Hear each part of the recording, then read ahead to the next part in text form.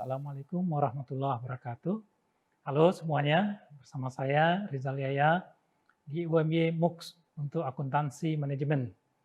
Kita akan membahas analisis biaya volume laba. Itu analisis biaya volume laba ini merupakan penerapan dari konsep-konsep biaya yang telah kita pelajari pada topik sebelum ini. Nah, ini bermanfaat untuk keperluan perencanaan laba suatu usaha.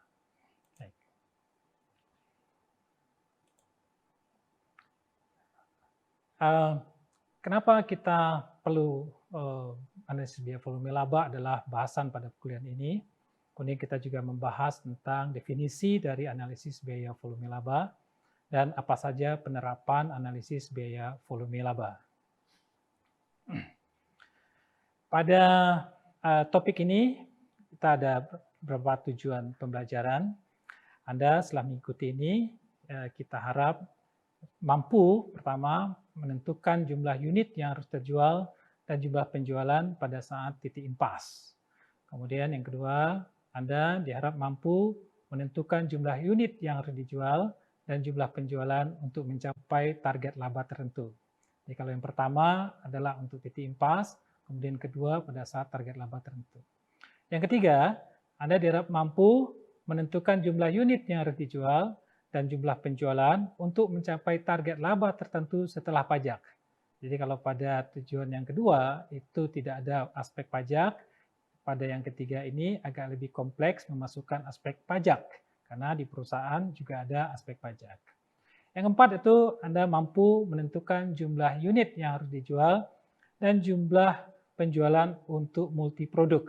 Nah, kalau yang pertama, kedua, ketiga agak lebih simple, hanya satu produk, dan kemudian pada yang tujuan keempat agak lebih kompleks, yaitu multi produk.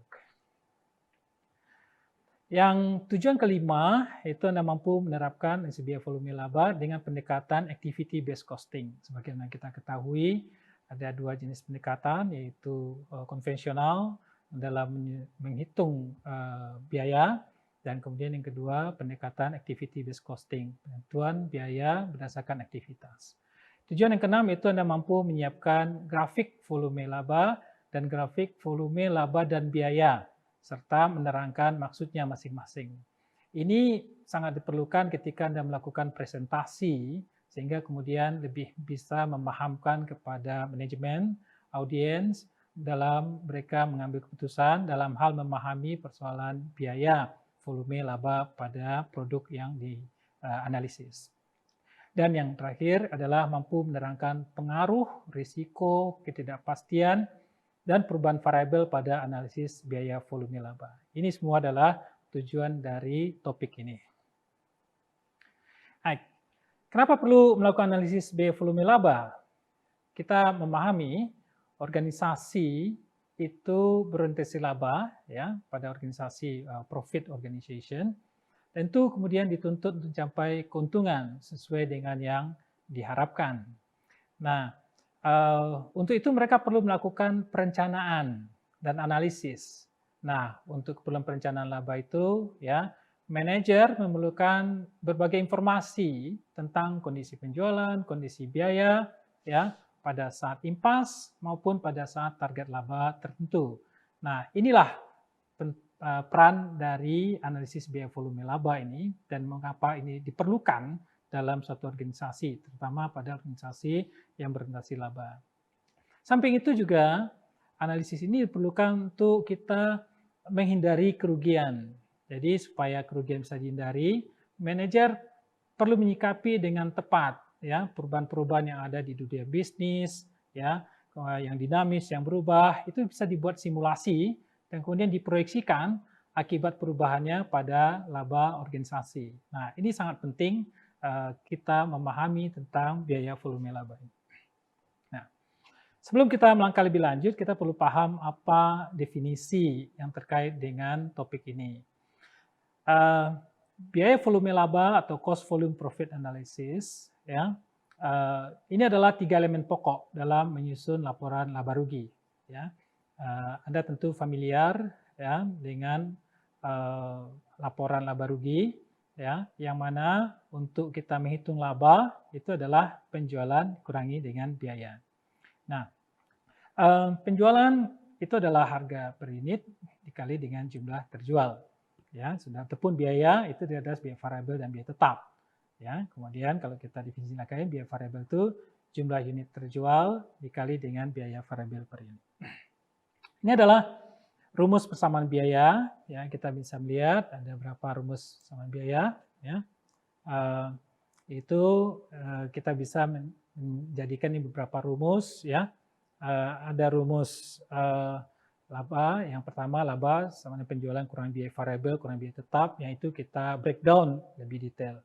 Kemudian kita pertemukan penjualan dengan biaya variabel untuk kemudian kita bisa kemudian mendapatkan rumus tentang laba kontribusi, yaitu laba kontribusi yaitu ya penjualan dikurangi biaya variabel. Nah, kita kemudian bisa dapat rumus ya untuk mencari ya penjualan pada saat titik impas ya, yaitu ya biaya tetap ditambah laba dibagi dengan laba kontribusi per unit. Nah, ini beberapa rumus ini akan kita pakai nanti. Latihan kasus 1, misalkan Torik Company memproduksi dan menjual suatu produk tunggal 50.000 unit, harga jual per unit Rp60, biaya variabel Rp36. Nah, data ini kita perlukan untuk menghitung terlebih dahulu laba kontribusi per unit, total laba kontribusi, dan rasio laba kontribusi. Ini perhitungannya, ya, laba kontribusi per unit, ya, harga jual dikurangi biaya variabel. Kita dapatkan ini Rp24 untuk kasus yang Torik Company. Kemudian untuk total laba kontribusi kita kalikan dengan jumlah unitnya. Kalau unitnya kita ketahui, jadi ini 1.200.000. Nah, kemudian rasio laba kontribusi ya, itu laba kontribusi per unit dibagi dengan harga jual per unit atau 0,4. Atau kita juga bisa menghitung rasio laba kontribusi dari total laba kontribusi dibagi dengan total penjualan. Nah, ini angkanya kita bisa dapatkan yaitu 0,4. Nah, sekalian, ya, sekarang kita mulai menentukan kuantitas saat titik impas. Kita bisa menggunakan rumus 3, yang rumus yang panjang, ya, angkanya kita masukkan, ya, untuk menentukan unit pada saat titik impas. Ya, setelah kita masukkan, ya, yaitu masukkan harga, biaya variabel, kemudian biaya tetap, maka kemudian ya kita operasikan matematik, kemudian kita bisa mendapatkan kuantitas saat titik impas adalah 35.000 unit. Nah, ini bisa kita uji apakah memang benar 35.000 unit itu ya laba operasinya adalah 0 atau titik impas, karena titik impas adalah kondisi pada saat laba sama dengan 0. Ya. Selanjutnya ya, titik impas bisa langsung dihitung dari rumus 4 tadi yang sudah kita bahas di awal, ya, yaitu biaya tetap atau fixed cost tambah laba, mana laba saat impas adalah 0 dibagi laba kontribusi per unit.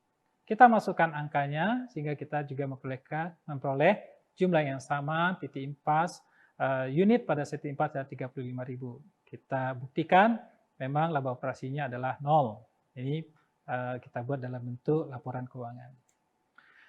Nah, bagaimana kalau sekiranya ya bagaimana kita menentukan penjualan saat titik impas, yaitu ya kita kalikan saja kuantitas yang tadi sudah kita hitung kalikan dengan harga jual, maka kemudian penjualan saat impas adalah 2.100.000. Nah, ini adalah pembuktiannya. Nah, kadang kita tidak mengetahui berapa kuantitasnya. Ini kita bisa menghitung penjualan saat impas tanpa mengetahui kuantitasnya, yaitu dengan menggunakan rumus 5 ini ya. Kita kembangkan persamaan biayanya, maka kemudian kita bisa mendapatkan juga secara langsung yaitu penjualan yaitu biaya tetap dibagi rasio laba kontribusi. Jadi kalau kita mengetahui nilai rupiahnya penjualan, maka biaya tetapnya dibagi dengan rasio laba kontribusi. Berbeda dengan yang tadi, untuk mengetahui kuantitas, biaya tetap dibagi dengan laba kontribusi per unit. Tapi kalau untuk mengetahui penjualan, dibagi dengan rasio laba kontribusi. Kita juga mendapat angka Rp2.100.000. Nah, ini kita masukkan rumusnya, yaitu ya Rp2.100.000. Demikian dapat saya sampaikan. Ya, semoga bermanfaat. Terima kasih. Wassalamualaikum warahmatullahi wabarakatuh.